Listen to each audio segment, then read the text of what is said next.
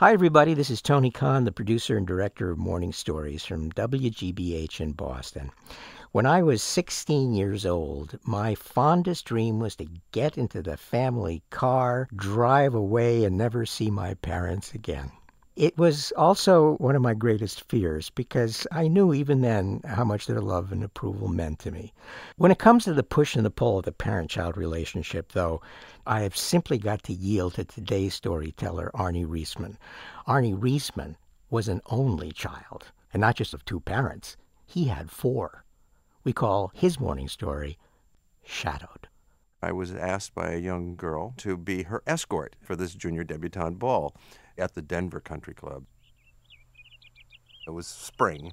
I'm 16. I have my father's car for the first time. My parents, waving at the edge of the driveway to make sure I wasn't going to hit a tree or something. As I went out to pick up my friends David Carr and Johnny Brinkman and their Debs, and it's dark, 7:30, 8 o'clock in the evening, and David says to me, Arnie, we're being followed.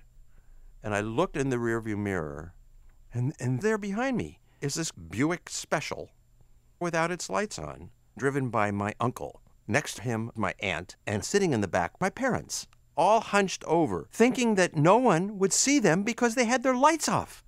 I mean, how could they do this to me? Don't they remember being 16? Don't they remember the first time, of being in a car without an adult and what that means? How dare they do this to me? We made it all the way to the ball, steam coming out of my ears. Okay, I'll deal with my parents and my aunt and uncle later. And now I must get on with the evening at hand.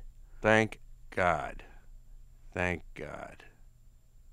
About halfway through the cotillion, Dave comes up to me and says, your parents are in the parking lot, in the car. They have the lights on, and your uncle's dealing cards. I think it's canasta.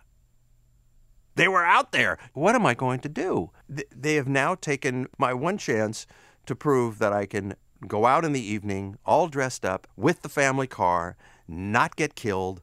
How am I going to deal with this? This is going to be one of those nights, right? We get into the car, and I start my father's car up and turn my headlights on. And as we crossed into the street, out of the parking lot, directly behind me, there was that Buick Special. My uncle, my aunt, my mother, my father, in the rearview mirror. So I floored it.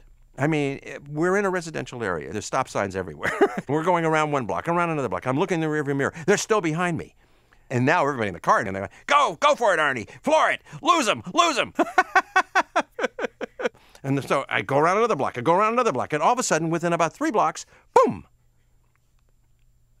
They're gone. They just vanished.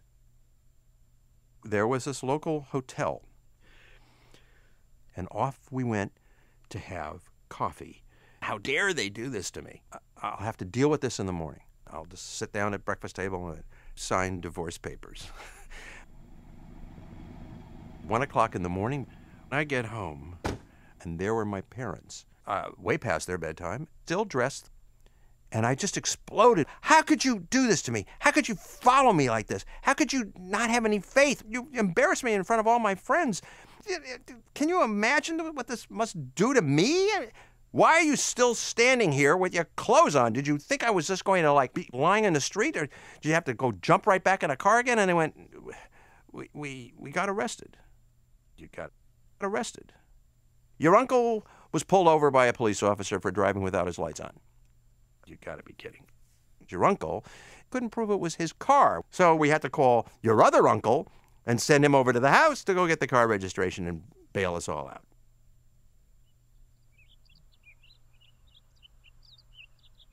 My mother was very close to her sister, and her sister, my aunt, and her husband never had children.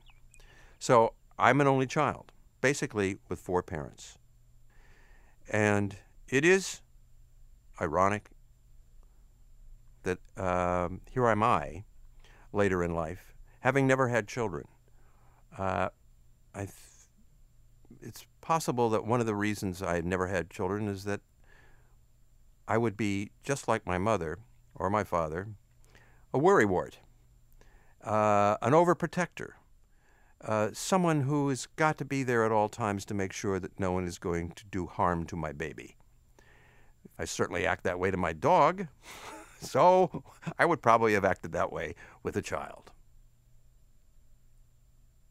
But I can look back now on this whole experience and never feel the anger, the humiliation that I say I felt at 16. All the mothering and fathering I got growing up, it certainly didn't do me any harm. And I bless them for that.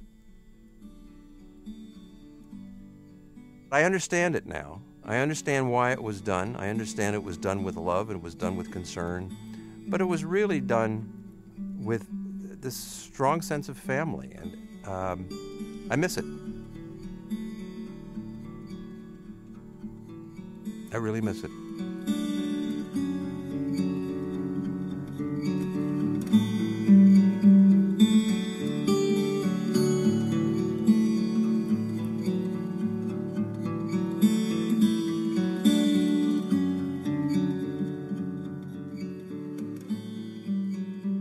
Arnie Reisman, my friend, still recovering from today's morning story, Shadowed.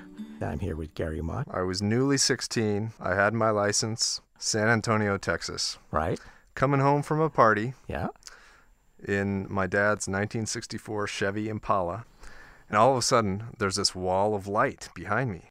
So my mind starts reeling back to driver's ed, and I think, well, I got to get out of the way for the ambulance. Never mind that we're not headed towards the hospital, right? I changed lanes. The wall of light follows me. I changed lanes again. The wall of light follows me again. We're approaching my street, and I said, boy, I really got to get out of the way. I have got to get out of the way of the wall of light. So I fishtail a right-hand turn, and I scream down my street. That's when I realized the wall of light was not an ambulance. I was 16. I didn't know. I didn't know anything. Right. These things take a little experience. I hope that my children can get stopped early in their driving careers. Mm-hmm. Get stopped by a police officer. I think it's a good lesson. It's a good life lesson. Well, you know, the other thing I've learned about 16, when you have a child who's 16, don't tell that child what you were like when you were 16. That is the wrong age for them to hear that. You know this from experience, yes? I do indeed, because Yeah. you're capable at that age of basically only hearing whatever serves your purposes. Oh, I see. Filtered hearing. I see. Anyway, I have been a passenger of Arnie's many, many times, and I assure you that other than the fact that he's constantly looking in the rearview mirror, he's a very, very safe driver. And I am thankful for anybody who drives defensively. We're also thankful, as you know, to Ipswich for supporting us, and also to you.